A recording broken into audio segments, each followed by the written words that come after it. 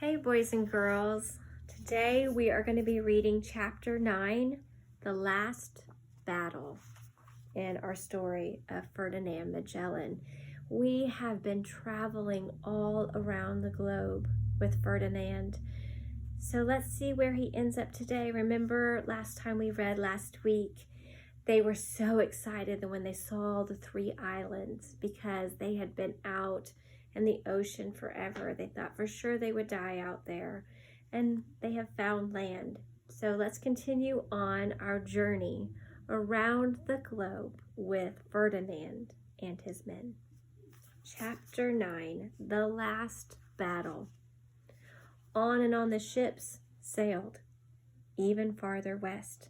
By the time they reached a group of islands that were part of today's Philippines, the expedition was 17,000 miles from home. Okay, so I'm going to get my globe really quickly, and we're going to look where they are. Okay, so they started out, let's see if Miss Shaw can do this, right? Remember, they started out here in Spain, and they went down the coast of Africa and across to South America. Then they went down South America and found the strait, which we now call the Strait of Magellan. It's named after him. They crossed through here, and now they're out in the Pacific Ocean, this vast ocean. They had no idea how big it was. They're up by the equator. It's very hot. And then they came around here. Let me see if I can find it really quickly. Right here is where they saw the 3 islands, right? And they rejoiced that they had found land. So they have set sail again. They're still heading west, trying to find India. So they've come here to this next group of islands that we call the Philippines, all right? So this is where they're landing next. Now look over here. India's over here. So we are getting closer, right? So he's right here. And this was the goal, was to get to India for the spices and the gold and the silk. All right, so back to the story. Ferdinand claimed these new islands for Spain. So he walked up on him, he said, I take these islands for Spain. Well, what about the people that lived there, right? There were native people on these lands. One was so rich in gold that every native wore a gold bracelet. The chief carried a dagger with a solid gold handle, and he had a gold capped tooth. Oh, so they're liking the riches they have found on these new islands. Here was a chance to make a fortune, while the captain general convinced the chief to trade with Spain. His men gave the natives mirrors, bells, and brightly colored cloth in exchange for gold, pearls, and food. Ferdinand wanted to share of riches too, but during the long, dangerous voyage, he had become convinced of something else as well, something that he believed was more important than gold or spices. He believed it was his duty to bring God and Christianity to the natives. He felt driven to save souls and to preach about Jesus. On one island alone, Ferdinand baptized 2,200 people. Still, this didn't satisfy Ferdinand. He wanted everyone to recognize that God was supreme. Wow, isn't that exciting? Ferdinand wanted to tell people about Jesus. He realized that was more important than gold and spices and silk. He said, I want you to know salvation in Jesus. One chief of an island refused to accept Ferdinand's religion, nor did he accept the authority of the King of Spain. Ferdinand vowed to go to battle for his faith and for his king. He was sure that if he did, God would protect him. His officers begged him not to fight, but he told them, I shall take with me none but volunteers. We shall see then whose trust is in God. So Ferdinand has grabbed some men that are volunteering to go fight. these native people. All right, now look at this picture down here. Do you see what do you see? All these native people from the islands here, ready to fight. Oh, can you imagine?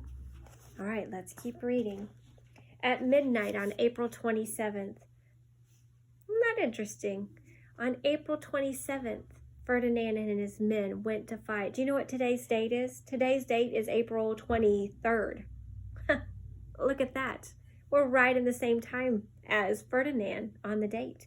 Okay, so at midnight on April 27th, Ferdinand and 60 men slipped into 3 boats. Dressed in armor, they began to row to the chief's island. Just as they were leaving, they heard a crow caw. It was a bad omen. All night, they stayed in the boats waiting for sunrise. But first light revealed a terrible sight. There on the beach stood an army of 1,500 natives ready to fight. How many did Ferdinand have? He had 60. How many natives are there? 1,500. Remember that picture I showed you? All those men lined up on the beach ready to fight Ferdinand and his 60 men. See, here's Ferdinand and his 60 men on their boats. Okay. As always, Ferdinand had a plan. 11 men stayed with the boats. He and 49 others jumped in to the waist-deep water. So the water came up to their waist. Their heavy armor made walking ashore difficult. By the time they reached the beach, they were exhausted. A spray of poison arrows greeted them, along with lances and stones. The weapons bounced harmlessly off of their armor. So as they got up to the beach, the natives are shooting poisonous arrows and throwing stones at them, right? Thankfully, they had their armor on and it bounced off their armor. But Ferdinand's men panicked. Anyway, there were native soldiers by the hundreds fighting fiercely. When a poison arrow struck Ferdinand's leg, he was forced to order a retreat. So Ferdinand's saying, everybody, go back to the boats, go back to the boats. Never mind, we can't fight all these people. Scrambling into the water, his troops splashed to the boats. In their haste, they overturned one of the boats, and they fought one another to board the other boats. Hobbling from his wound, Ferdinand stayed on shore to give them cover. With 8 loyal men, he held the native army back for 1 hour. So Ferdinand and 8 men are staying on the beach, keeping those people back so everybody else can run and get in the boats. It was Ferdinand's last stand. The native soldiers kept coming. They knocked off his helmet with stones. Then a spear came out of nowhere and sliced into his face. Another cut his right arm so badly he could no longer draw his sword. When he was speared in the left leg, he collapsed, face down in the surf. So many natives fell upon him that he disappeared from sight. One of his men later wrote, "And so they slew our emir, our light, our comfort, and our true and only guide." Ferdinand Magellan's body was never found. That's so sad. We have been traveling with Ferdinand all around the globe, and this was his last battle. He was killed by the natives of those islands. So Ferdinand will not finish the voyage, but we have one more chapter left, and it's going to be about the men on his ship that are going to finish this voyage. Okay? So take heart. It's not over yet. The men that started with Ferdinand are going to finish this, and we'll read about this next week and finish our voyage around the globe. All right. Thanks for listening.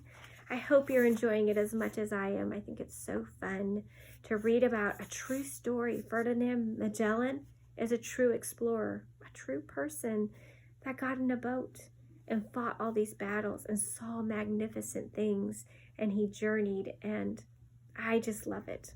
So you guys have a good rest of your day, and I will see you later. Bye-bye.